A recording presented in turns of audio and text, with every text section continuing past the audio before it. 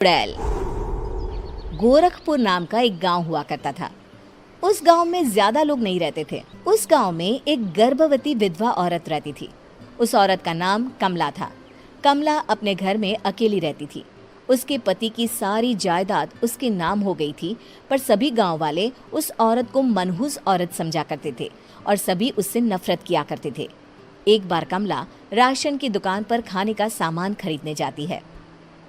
भैया जी, जरा 1 किलो दाल चावल देना।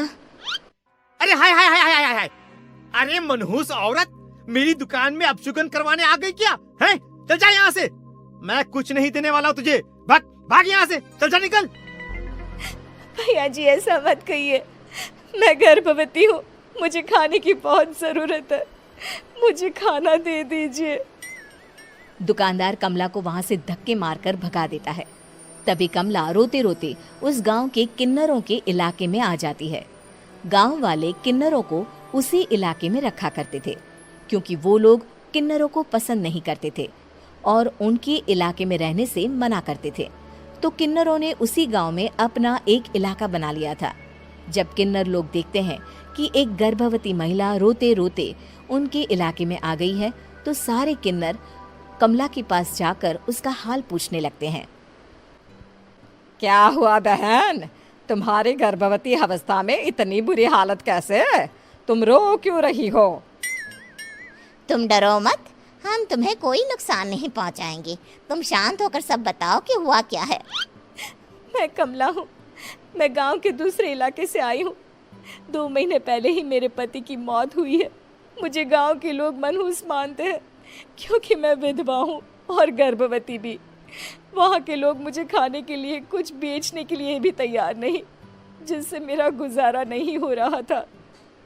कोई बात नहीं कमला, हम तुम्हारा ख्याल रखेंगे। किन्नर लोग कमला को एक खाली घर में रहने के लिए जगह दे देते हैं और उसकी देखभाल भी करते हैं। कुछ ही महीने बाद कमला अपने बच्चे को जन्म देती है, पर अफसोस, कमला बच्चे को जन्म देते ही अपनी जान गंवा देती है। जब सब किन्नर बच्चे को देखते हैं तो बहुत खुश हो जाते हैं, क्योंकि वो बच्चा भी किन्नर ही था। कमला ने एक किन्नर बच्चे को जन्म दिया था। अब इस बच्चे की देखभाल कौन करेगा? हम तो इस बच्चे को गांव के दूसरे इलाके में भी नहीं भेज सकते। और तो क्या हुआ, इस बच्चे की माँ नहीं रही तो हम इसे पालेंगे। अब ये हमारे इलाके में रहेगा, हमारे साथ रहेगा। फिर वो किन्नर उस किन्नर बच्चे को गोद ले लेते हैं, उसका नामकरण कराते हैं। उस किन्नर बच्चे का नाम शक्ति रखा जाता है। देखते ही देखते शक्ति बड़ी होने लगती है। उसके रंग रूप बहुत सुंदर थे। वो बहुत सुंदर किन्नर दिखती है। एक दिन शक्ति एक किन्नर से पूछती है, माँ जी सुनिए ना, ये गांव के दूसरे इलाके में भी तो लोग रहते हैं, तो हम वहाँ क्यों नहीं जाते? हम उनसे अलग क्यों रहते हैं? शक्ति, क्योंकि वो लोग हमारे जैसे नहीं, वो लोग हमें पसंद नहीं करते, इसीलिए हम उनसे अलग रहते हैं। क्यों? वो हमें क्यों पसंद नहीं करते? मुझे एक बार उस इलाके में जाना है। मैं एक बार वहाँ जाकर घूम कर आऊं। शक्ति, खबरदार, जो तू उस इलाके में कभी भी गई तो अपनी जान नहीं गंवाना चाहती तो उस इलाके में कभी कदम भी नहीं रखेगी, समझी? इतना कहकर वो किन्नर वहां से चली जाती है। शक्ति उस किन्नर की बात सुनकर बहुत रोती है। माँ जी, ऐसा कैसे कह सकती है?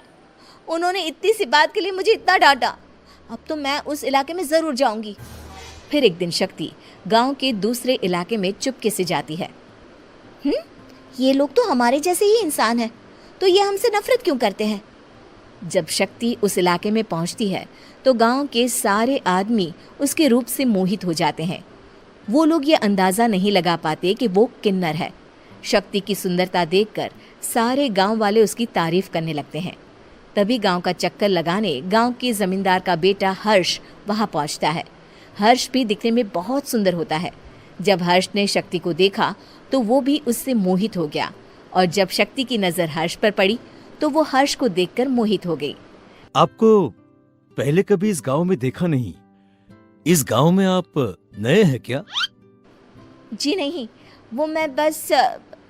तभी शक्ति बोलते बोलते रुक जाती है और मन में सोचने लगती है, अगर मैंने इनको बता दिया कि मैं दूसरे इलाके से आई हूँ तो वो समझ जाएंगे कि मैं किन्नर हूँ, इसलिए मुझे इनसे झूठ ही बोलना पड़ेगा।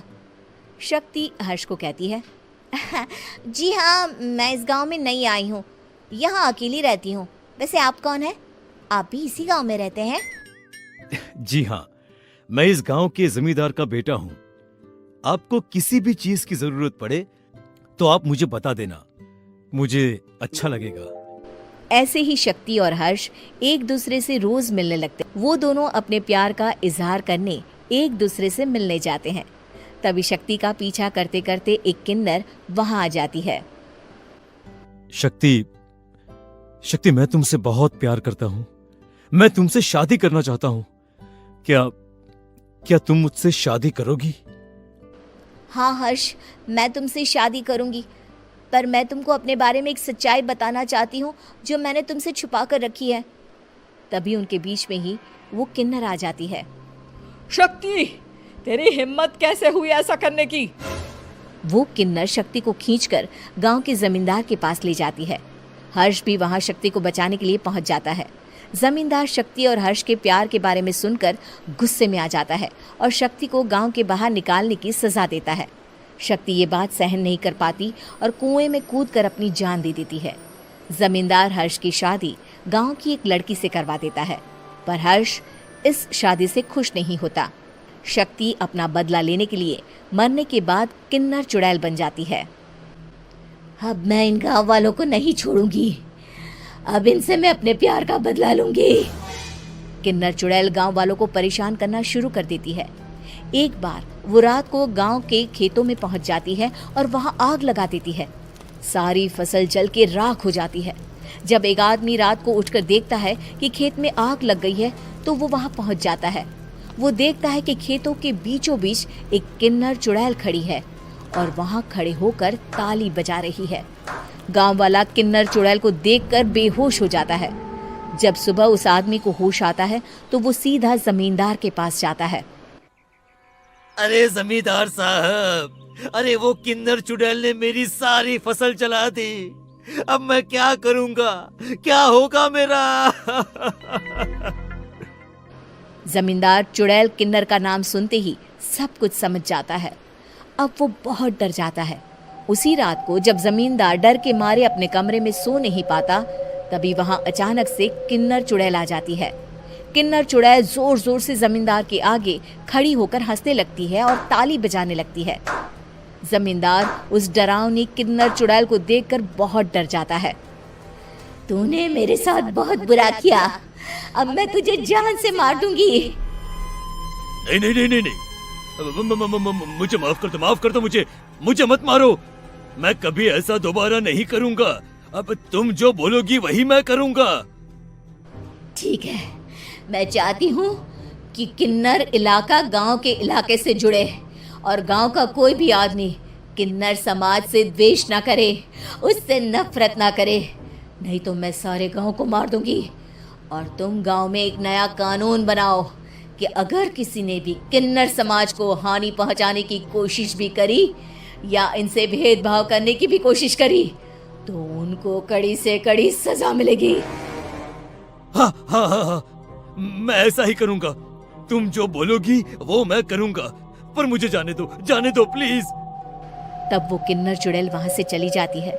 गांव का जमींदार किन्नर चुड़ैल का कहा मानते हुए दोनों इलाकों को एक कर देता है और नया कानून भी लागू कर देता है। तब से वहां किन्नर समाज और बाकी गांव वाले शांतिपूर्वक रहने लगते हैं। प्यारी बहू। सरिता की शादी एक अच्छे परिवार में हुई है। उसका पति रोहन उसे बहुत प्यार करता है। घर में उसकी सास शांति और ननद मीनाक्षी भी है, जो सरिता के किसी काम में दखल अंदाजी नहीं करती। लेकिन फिर भी सरिता को ऐसा लगता है कि दुनिया की सबसे ज्यादा बेचारी बहू वही है और सबसे ज्यादा अत्याचार उसी पर हो रहा है। माँ जी, ये लीजिए आपकी चाय। अरे बहू, तूने इतनी ज्यादा चीनी क्यों डाल दी चाय में? हाय हाय माँ जी, मैंने तो उतनी ही मीठी बनाई है जितनी मीठी आपको पसंद है। माँ जी, आपको तो मेरे हाथ की चाय अच्छी ही नहीं लगती। जब देखो कुछ न कुछ कमी निकाल ही देती हो। अरे बहू, तो एक बात के पीछे ही पड़ जाती है। मैंने ऐसा कब कहा कि तू रोज चाय खराब बनाती है? सरिता अपने कमरे में चली जाती है और फोन उठाकर अपनी माँ से बात करती है। हेलो माँ, कैसी हो आप? क्या कर रही हो? मैं तो ठीक हूँ, पर तू बता तेरा मूड कैसा है? तेरी आवाज से लग रहा है कि कुछ तो हुआ है तेरे ससुराल में। अरे क्या बताऊं माँ, यहाँ तो हर समय मेरे साथ बहुत बुरा व्यवहार होता है। मैंने अपनी सास के लिए इतनी अच्छी चाय बनाई, लेकिन मेरी सास चाय पीते ही मुझे 4 बातें सुना दी। बेटी, तू इतनी छोटी छोटी बातों पर ध्यान ही क्यों देती हो? तुम्हारी सास ने कुछ बोल भी दिया तो क्या हो गया, वो बड़ी है ना तुझसे। माँ ने इतना समझाया, लेकिन इस बात का सरिता पर कोई असर नहीं हुआ। अपनी बेचारी बहू की छवि वो बदलना ही नहीं चाहती। अगली सुबह सब नाश्ते की टेबल पर बैठकर नाश्ता कर रहे थे, तभी सरिता ने अपने पति से कहा, सुनिए जी, मुझे ना आज बाजार से कुछ सामान लेकर आना है। आज आप ऑफिस से आने के बाद मुझे लेकर चलना ना। भाभी, मुझे भी कुछ किताबें खरीदनी है। आप दोनों जा ही रहे हो तो मेरी किताबें भी ले आना। लो, अभी तो बात ही की है बाजार जाने की, तो एक फरमाइश आ गई। माँ जी, आप भी बता दो कुछ, और हाँ, मोहल्ले वालों से भी बोल दो अगर वो कुछ मंगवाना चाहते हो तो। बेचारी मीनाक्षी अपना सा मुंह लेकर रह गई। ये सब देखकर रोहन से चुप नहीं रह गया और वो गुस्से में बोला, सरिता, क्या हो गया है तुम्हें? मीनाक्षी ने तो सिर्फ किताबों के लिए बोला है। तुम्हें मीनाक्षी से इस तरह से बात नहीं करनी चाहिए। माफी मांगो उससे अभी। क्या? मैं माफी मांगू? दिन भर आपके घर के काम करूं मैं, आपकी और आपके घर वालों की बातें सुनूं मैं, और अब माफी भी मैं मांगू? ऐसा कभी नहीं हो सकता। ये बोलकर सरिता वहां से चली जाती है। एक दिन उनकी पड़ोसन घर आती है। अरे सरिता, क्या कर रही है? और क्या करूंगी भाभी जी, बस घर का काम ही कर रही हूँ। आप बताओ कैसे आना हुआ?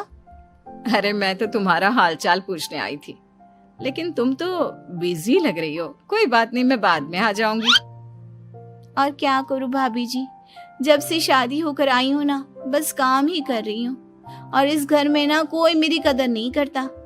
पति है जो बस घर से ऑफिस, ऑफिस से घर। ननद को तो कॉलेज से फुर्सत नहीं। बची सास तो उनका सारा समय मेरी गलतियां निकालने में लग जाता है। अरे ये क्या कह रही हो सरिता? तुम्हारी सास तो पूरे मोहल्ले में तुम्हारी तारीफ करती फिरती है कि तुम बहुत अच्छी हो, पूरा घर तुम्ही ने संभाल रखा है। हाँ तो क्या हुआ, इसमें गलत क्या कहती हैं? सच्ची तो कहती हैं। मेरी मर्जी के बिना इस घर का पत्ता भी नहीं हिलता। शाम को जब रोहन घर आया तो उसने सबसे कहा, कल हम सबको मौसी जी के घर जाना है, उनकी बेटी की शादी है। सब अपनी अपनी पैकिंग कर लो, सुबह होते ही निकल जाएंगे। और सरिता, तुम कान खोलकर सुन लो, वहां जाकर किसी की बुराई भलाई शुरू मत कर देना, नहीं तो मुझसे बुरा कोई नहीं होगा। हाय हाय जी, आप तो ऐसे कह रहे हो जैसे मैं सुबह शाम सबकी बुराई करती फिरती हूँ।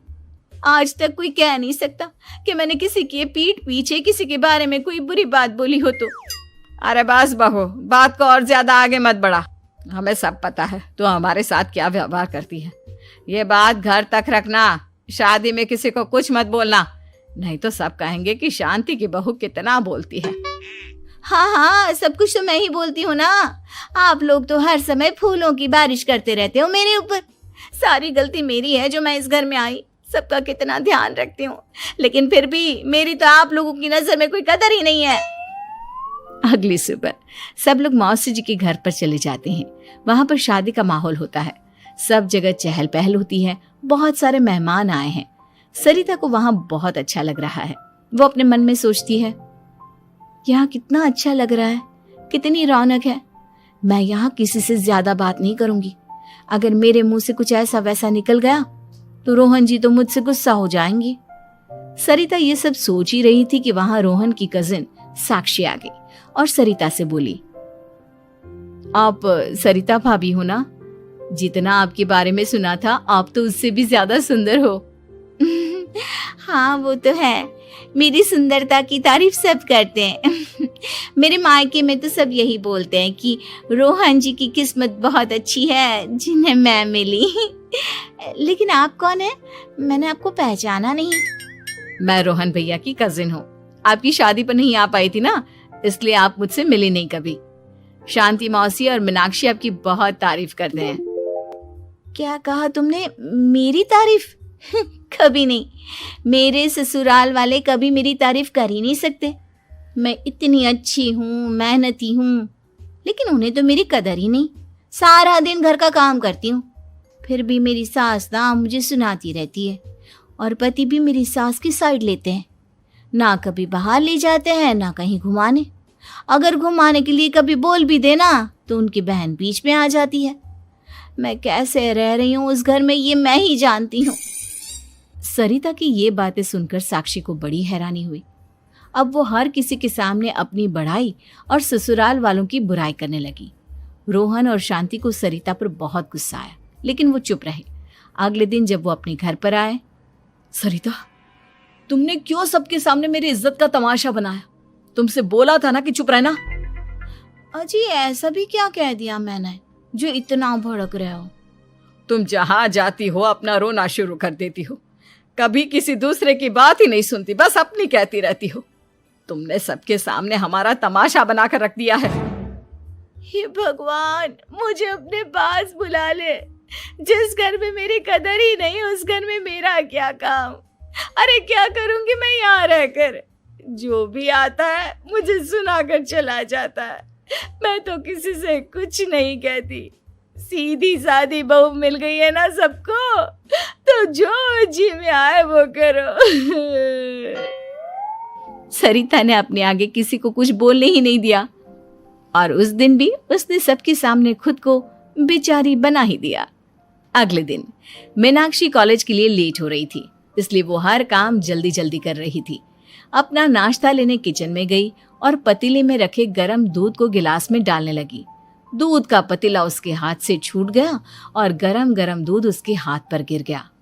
ओए माँ, हाय मेरा हाथ, माँ मेरा हाथ जल गया। मीनाक्षी की आवाज सुनकर सरिता दौड़ती हुई आई। ये क्या किया तुमने? तुम्हें नाश्ता चाहिए था तो मुझसे बोल देती, मैं क्या मना करती थी? अब पता नहीं कितने दिन की मुसीबत पाल ली तुमने। सरिता मीनाक्षी को उसके कमरे में ले गई और उसका बहुत ख्याल रखा। उसका इस तरह से ख्याल रखना शांति और रोहन को थोड़ा अजीब लगा। माँ, सरिता के दिमाग का भी कुछ पता नहीं। कल शादी में सबको इतना कुछ बोल कर आई है हमारे बारे में, और अब मीनाक्षी की कितनी अच्छी देखभाल कर रही है। ये ऐसा क्यों करती है? बेटा, तेरी बीवी की ना आदत हो गई है सबके सामने खुद को बेचारी दिखाने की, और आदत इतनी जल्दी नहीं बदलती। जब ये बोलना शुरू करती है तो रुकने का नाम ही नहीं लेती, इसलिए इसे पता ही नहीं चलता कि ये किसके सामने क्या बोली जा रही है। लेकिन दिल की बहुत अच्छी है। हमें भी अपना दिल बड़ा करके ये जैसी है इसे स्वीकार करना चाहिए। कानी बहू। किशोरी लाल जी के बेटे राघव की शादी की बात जगह जगह चल रही थी, लेकिन किशोरी लाल जी को कोई लड़की पसंद ही नहीं आती थी, और उसकी एक ही वजह थी, किशोरी लाल जी का लालची होना।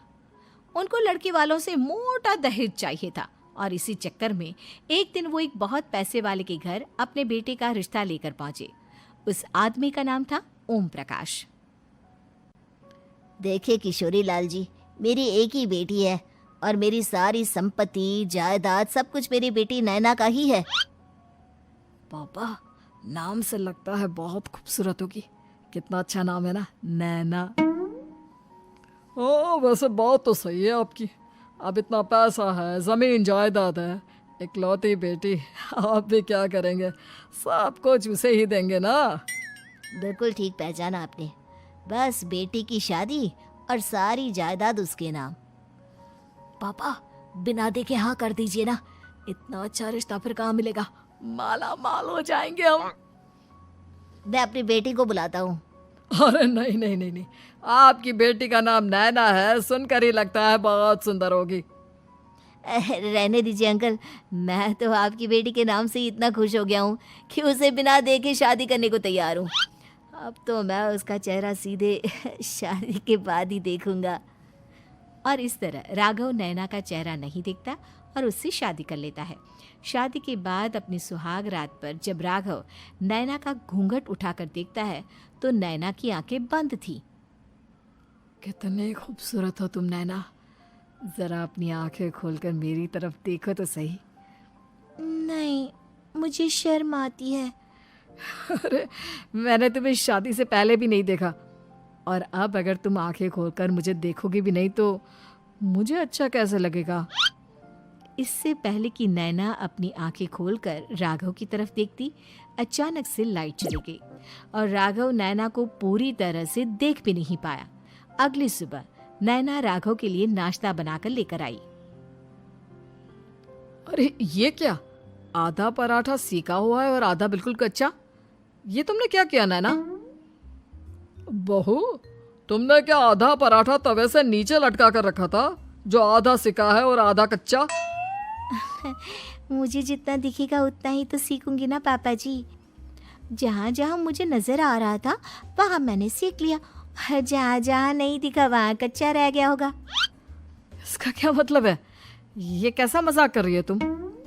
अरे बहू, तुमने इतना लंबा घूंघट क्यों लगाया हुआ है? देखो, हमारे घर में बहुओं को बेटी की तरह रखा जाता है, और फिर तुम तो इतना सारा माल लेकर आई हो। देखो, ये घूंघट डालकर रखने की कोई ज़रूरत नहीं है। हाँ नैना, पापा जी ठीक कह रहे हैं, तुम तो आराम से रहो, अपना ही घर समझो। नैना अचानक से अपना घूंघट उठा लेती है। अरे ये क्या पापा, नैना की तो एक आंख फूटी हुई है। नाम से नैना, लेकिन ये तो कानी बहू निकली। मेरे साथ धोखा हुआ है, धोखा। बिना दिखाए अपनी कहानी लड़की मेरे संग ब्याह दी। मुझे कहानी भी नहीं चाहिए। मुझे अभी ओम प्रकाश जी से बात करनी पड़ेगी। आखिर उन्होंने मेरे साथ ऐसा किया क्यों? अरे, आप लोगों ने ही तो पापा से कहा था कि आप लोग शादी से पहले मुझे देखना नहीं चाहते। अब मेरे पापा पर क्यों इल्जाम लगा रहे हैं? अरे लेकिन उन्हें बताना तो चाहिए था ना कि तुम कहानी हो, एक आंख से तुम्हें दिखाई नहीं देता। किशोरी लाल और राघव नाराज होकर ओम प्रकाश को अपने घर बुलाते हैं। पापा जी, ये आपने क्या किया? शादी से पहले बताया क्यों नहीं कि नैना की आंखों में परेशानी है? अरे, आप ही ने तो लड़की देखने से मना कर दिया था। और लेकिन आप बता तो सकते थे। आपको तो हमारी बेटी की प्रॉपर्टी चाहिए थी, वो भी पूरी की पूरी। अब क्या हुआ अगर उसे आधा दिखाई देता है? प्रॉपर्टी तो आपको पूरी मिल गई ना। और ये क्या बात हुई? मेरी शादी प्रॉपर्टी से नहीं, आपकी बेटी से हुई है। अब ये तो पहले सोचना चाहिए था, तब तो मेरी प्रॉपर्टी देखकर तुम्हारी जुबान लप लपा रही थी। लेकिन मैं कानी लड़की को अपनी बीवी बनाकर नहीं रख सकता। पापा, कुछ करिए ना आप। हाँ, करता हूँ। देखिए ओम प्रकाश जी, आप हमारे साथ ऐसा नहीं कर सकते। और तुम देखो, अगर तुमने मेरी बेटी से शादी तोड़ी ना, तो जो भी प्रॉपर्टी मैंने तुम्हें दी है वो तो पूरी की पूरी वापस ले ही लूंगा, और आधी प्रॉपर्टी तुम्हारी भी लूंगा। अरे मेरी आधी प्रॉपर्टी भला क्यों लेंगे आप? इसलिए क्योंकि मेरी बेटी को आधा नजर आता है और उसकी नजर अभी तक तुम्हारी आधी जायदाद पर ही पड़ी है। अब तुम उसे घर से निकालोगे तो कुछ तो लेकर जाएगी ना। और अगर हम आपकी बेटी को अपने घर की बहू बनाकर रखे तो? तो तुम्हारी पूरी प्रॉपर्टी तुम्हारी ही रहेगी, और जो मैंने तुम्हें दिया है ना, उसमें से बस मैं आधा लेकर जाऊंगा। अरे लेकिन अब आप अपनी दी हुई प्रॉपर्टी में से आधी वापस क्यों लेकर जाएंगे? अगर मैं आपकी बेटी को अपनी पत्नी बनाकर रखने को तैयार हूं तो? इसलिए ताकि भविष्य में अगर तुम मेरी बेटी को धोखा दो तो उसके पास कुछ तो रहे जो पति का हो। वैसे मेरे पास तो बहुत कुछ है, लेकिन अपने पति की कोई निशानी तो उसके पास होनी चाहिए ना। अब अगर तुमने मेरी बेटी को कहानी कहा तो तुम्हें प्रॉपर्टी भी कहानी ही मिलेगी, पूरी नहीं। जमाए राजा। किशोरी लाल और राघव समझ चुके थे कि वो बुरी तरह फंस चुके हैं और अब उनके पास वहां से निकलने का कोई चारा नहीं है। अब समझ में आया ना, लालच बुरी बला होती है। एक तो तुम्हें प्रॉपर्टी मिली, ऊपर से बीवी मिली, उसमें तुम्हें नखरे भी दिखाने हैं। आए बड़े, चुपचाप बैठो दोनों। कुछ दिनों के बाद नैना राघव की कार लेकर बाजार घूमने निकलती है और जब कार लेकर वापस आती है ये क्या, एक तरफ से मेरी गाड़ी पूरी खराब हो चुकी है। लगता है तुमने मेरी गाड़ी को किसी दूसरी गाड़ी के साथ एक्सीडेंट किया है। अरे अरे, कितना बड़ा नुकसान कर दिया तुमने बहू। वो क्या है ना पापा जी, मुझे एक आंख से दिखाई नहीं दे रहा था, सामने से गाड़ी आ रही थी। मुझे तो सिर्फ आधा ही दिखाई दिया और वो गाड़ी मेरी कार से रगड़ते हुए निकल गई। अब मैं क्या करूं बताओ? आप इसे ठीक कराने के पैसे कौन देगा, तुम्हारे पापा? तुमने मुझसे इस तरह से बात की? अभी रुको। नैना राघव की शिकायत ओम प्रकाश को कर देती है। देखो राघव, अब जो मेरी आधी प्रॉपर्टी तुम्हारे पास थी ना, उसमें से आधी और मैं लेकर जाऊंगा, क्योंकि तुमने मेरी बेटी को डांटा। अरे नहीं नहीं पापा जी, गलती हो गई, माफ कर दो। गलती की तो कोई गुंजाइश ही नहीं। अगली बार मेरी बेटी को डांटा तो बची हुई आधी में से आधी और ले जाऊंगा। लालच के चक्कर में हम दोनों ने बहुत बड़ी गलती कर दी बेटा। एक तो तुम्हें कानी बहू मिली और ऊपर से जो माल मिला वो भी काना। इस तरह राघव की हर एक गलती पर ओम प्रकाश उसकी प्रॉपर्टी का आधा आधा हिस्सा लेकर अपना सारा माल वापस ले गया और राघव को कानी बीवी से काम चलाना पड़ा। भाई लालच वाकई में बुरी बला है।